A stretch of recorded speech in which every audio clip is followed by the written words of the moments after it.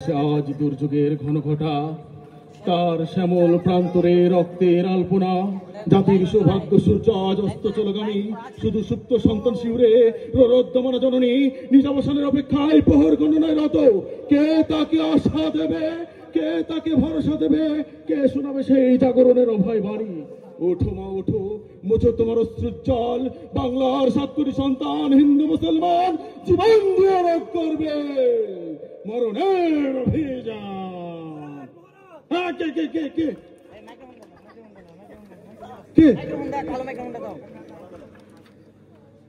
হ্যাঁ কে? আপনি এই যুদ্ধের ময়দান থেকে আমাদেরকে ফেলে এবার দৌড়ে পালিয়ে আসলেন কেন? খামোশ! মহারাজ পালায় না, মহারাজ পালিয়ে যায় না। ওরে নির্বোধ, শোন শোন শোন, দূর থেকে দাঁড়িয়ে দাঁড়িয়ে যুদ্ধ দেখার চেয়ে দৌড় দেওয়া অনেক ভালো। কিন্তু মহারাজ, ওরা তো অন্য কথা বলছে, আপনি নাকি ভয়ে পালিয়ে গেছেন। ওরে নির্বোধ, শোন, আমি পালিয়ে আসিনি, ওরা ষড়যন্ত্র করে আমাকে এখানে পাঠিয়ে দেওয়া হয়েছে। দেখতে পাস না আমার সেই মুকুট, আমার রাজ সম্পত্তি, রাজ সিংহাসন সবকিছু আমি ফেলে চলে এসেছি। আচ্ছা মহারাজ, আমি তো সেটাই বলছি, আপনার এই পোশাকের এই দশা কেন? যেখানে আমি আমার ইজ্জত নিয়ে আসতে পারিনি সেখানে পোশাক। আচ্ছা মহারাজ, এই আপনি তো পোশাক নিয়ে আসতে পারেননি বললেন, তাহলে ওই যে এতগুলো ব্রিফ কেস যে নিয়ে আসলেন, এতগুলো বাক্স ট্রাঙ্ক যে নিয়ে আসলেন, ওইগুলোতে কি ছিল? সেখানে আমার হিরো জহরত স্বর্ণ অনেক কিছু ছিল, অর্থ করেছি। টাকা পয়সা ছিল? হ্যাঁ আলবাত। আপনি জীবন গেলেও টাকার লোভ কমবে না। কিছু বললে? না মানে আমি বলছিলাম যে মহারাজ, এখন আমি চিন্তা করলাম যে আমরা যে পরাজয় হলো আমাদের, এই পরাজয়ের কারণটা কি মহারাজ? চেতনা।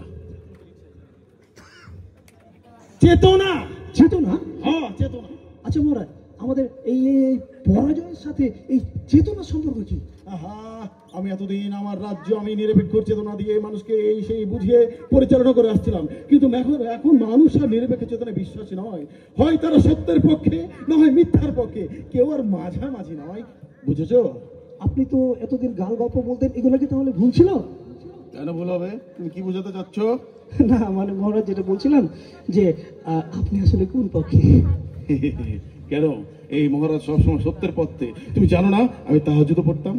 হ্যাঁ তো মহারাজ, কিছু মনে না করলে একটু জিজ্ঞাসা করতাম, ওই যে তাহাজ্জুদ পড়ার জন্য যে পানি পাওয়া গেছিল বোতলে, এটা তাহাজ্জুদের পানি ছিল? তুমি কি বলতে চাচ্ছ এই কুচক্রীরা যখন আমার রাজপ্রাসাদ দখল করলো, তারা যে বোতল পেয়েছে সেই বোতলে পানি নিয়ে অন্য কিছু ছিল? তুমি জানো না আমি একটু শৌখিন মানুষ, একটু ডেকোরেশনের জন্য একটু ডিজাইন আলা বোতল রেখেছিলাম। ও আচ্ছা আচ্ছা, আমি তো সেটাই বলছি, এক বোতলে একবার উঁচু করে যেতে। যাই হোক, তো মহারাজ আরেকটা বিষয় হচ্ছে কি, আপনি আপনার জায়নামাজের তো কথা আমি জানি। এই তুমি এসব কি বলছো মহারাজ? তুমি আমাকে খবর বলো, সে রাজ্যের খবর কি? এখন আমরা কি করতে পারি? আচ্ছা থেকে মাফ করুন মহারাজ। তো যাই হোক, এখন হচ্ছে মহারাজ বিপদ হয়ে গেছে, আমি আপনাকে বলতে ভুলে গেছিলাম, বিপদ হয়ে গেছে মহারাজ। কি বিপদ? আমরা শুনলাম আপনার এই রাজ্যে আপনার অনুপস্থিতিতে সব নাকি ধ্বংস করে ফেলেছি মহারাজ।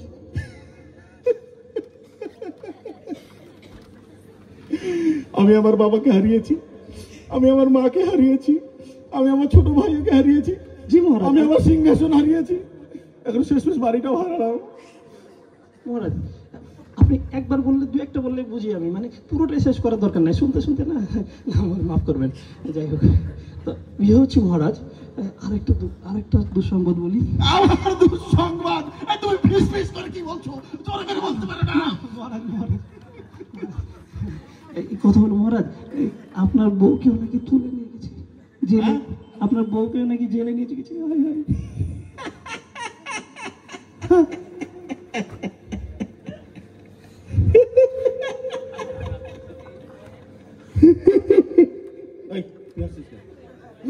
আপনি হাসছেন না কাঁদছেন মহারাজ? আরে শোন শোন, ওরা মহারানীকে তুলে নিয়ে গেছে, কিন্তু ওটাকে দিয়ে ঘর সাজানো ছাড়া আর কোনো কাজে আসবে না। তাই নাকি? আলবাত। আচ্ছা আচ্ছা আচ্ছা মহারাজ, আমরা এখন কি করতে পারি এই পরিস্থিতিতে? চট করে ঢুকে পড়বো? না না না মহারাজ, কখনো না, চট করে ঢুকে পড়বেন না মহারাজ। পরিস্থিতি ভালো নয়, রাজ্যের পরিস্থিতি মোটেও ভালো না। এই পরিস্থিতিতে আপনি চট করে ঢোকার কথা চিন্তাও করতে পারবেন না। কেন, কি হয়েছে সেখানে? আমাকে সবকিছু খুলে বলো। আরেকটা কথা বলি মহারাজ, এই আপনি যে বারবার ওই যে ঢুকে পড়ার কথা বলেন না, সাধারণ জনগণ তো অনেক কষ্ট থাকে, ওরা ভুল বুঝে রাস্তায় নেমে পড়ে, তখন তো জনগণ পিটিয়ে বের করে আবার জেলে নিয়ে যায়। এটা আমার মনে হয় একটু সংশোধন করলে আরে আমি ওটাই তো যাচ্ছি। তারা আমাকে চক্রান্ত করে রাজ্য থেকে বের করে দিয়েছে। আমি এই জন্য একের পর এক ঘটনা ঘটাবো, একের পর এক উত্তেজনামূলক কথা বলবো।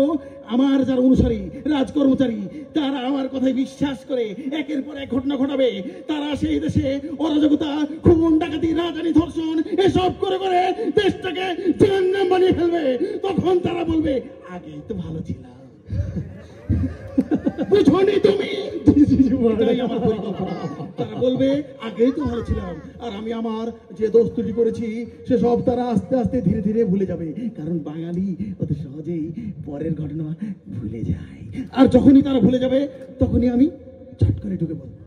আচ্ছা মহারাজ, সবই তো ঠিক ছিল, কিন্তু আমরা দেখলাম রমজানে এরপর অন্য সময় সবকিছুর দাম তো কমে গেল। সবকিছুর দাম কম কে বলেছে তোমাকে?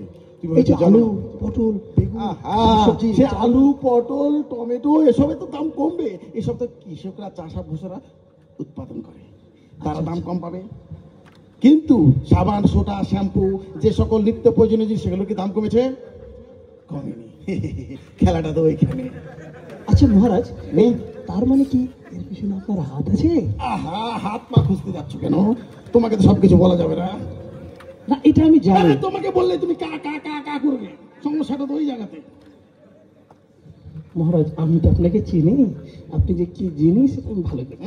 তুমি কি ভুলে গেছো আমার সেই প্রতিপত্তি, আমার সেই গর্জন, যে গর্জন তর্জনে আকাশ বাতাস কেঁপে উঠত? আমি তো সেটাই চাচ্ছি মহারাজ, এরকম একটা ভয়ঙ্কর গর্জন দিয়ে এই সবকে তছনছ করে দিতে হবে। কিন্তু আবার কিন্তু মহারাজ, মানুষ তো এখন শুনছি ভালো আছে। আমি কি আমার সেই গর্জনটা শোনাবো? আমার সেই বাঘের গর্জন, সিংহের গর্জন। এইসব ছোট মাসিম বাচ্চা তো যদি প্যান্ট খারাপ করে দেয়।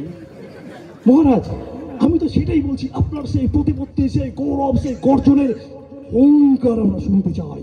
এই হুঙ্কারের বলে আমরা সবাই তরুতাজা হয়ে সবাই আন্দোলনে নেমে পড়বো। তোমাকে আগেই বলেছি, তুমি দেখোনি আমি যখন রাজ্য শাসন করতাম, আমি আলুর বদলে ভাত খেতে বলতাম, বেগুনের বদলে আমি মিষ্টি কুমড়া খেতে বলতাম, মাংসের বদলে আমি কাঁঠাল খেতে বলতাম, সব কিছুর বিকল্প দেখাতাম। আমার কোনো বিকল্প ছিল না। না না না, এখন আর কেউ বলে না। সবসময় বলতো আমার কোনো বিকল্প নেই। জি জি জি, সেই বিকল্প নেই, সেই গর্জনে, সেই তর্জনে আমি তাহলে আমার সেই গর্জন শোনাই দিলাম। সাবধানে দিবেন।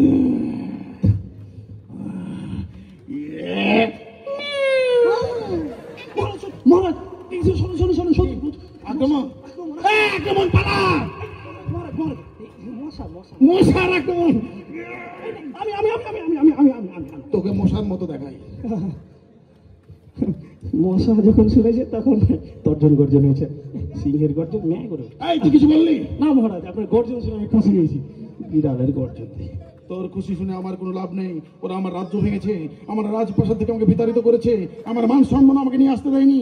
ওরা একের পর এক ঘটনা ঘটাচ্ছে, আমি ওদের কাউকে ছাড়বো না। আমি এখনই রওনা দেবো, রওনা দিয়ে সব কিছু তছনছ করে দেবো। চল, তুই আমার সাথে যাবি। মহারাজ, আপনি আগে আগে যান। তুই আমার প্রধান সেনাপতি, তুই সামনে সামনে যাবি, আমি তোর পিছু পিছু যাবো। মহারাজ, এটা কি কেমন দেখায় না, মানে আপনি আমার পিছনে পিছনে যাবেন। খারাপ দেখে। আমি একটু টয়লেট থেকে আসছি। ভয় পেয়েছে মহারাজ। হ্যাঁ, মহারাজ ভয় পায়? না, কখনোই না। এই মহারাজ কাউকে ভয় পায় না। মহারাজ কখনো পালায় না। মহারাজ কখনো পালিয়ে যায়নি। মহারাজের কোনো বিকল্প নেই। ঠিক আছে, তুই যখন আমাকে এই কথা বললি, আমি নিজে একাই যাবো এই মুহূর্তে। তুই আমার পিছন পিছাই। ঠিক আছে, আমি আমার ঘুরে চেপে বসলাম। কি রে, তুই আমাকে আটকাবি না? আমার প্রতি কিন্তু দয়া মায়া নাই। আচ্ছা আচ্ছা আচ্ছা মহারাজ, না, আমাকে ছেড়ে দে। দেখি নেবো আমি ওদেরকে ছাড়বো না। আমাকে ছেড়ে দে। না, ছেড়ে দে। মহারাজ মহারাজ মহারাজ, একটু শুনুন।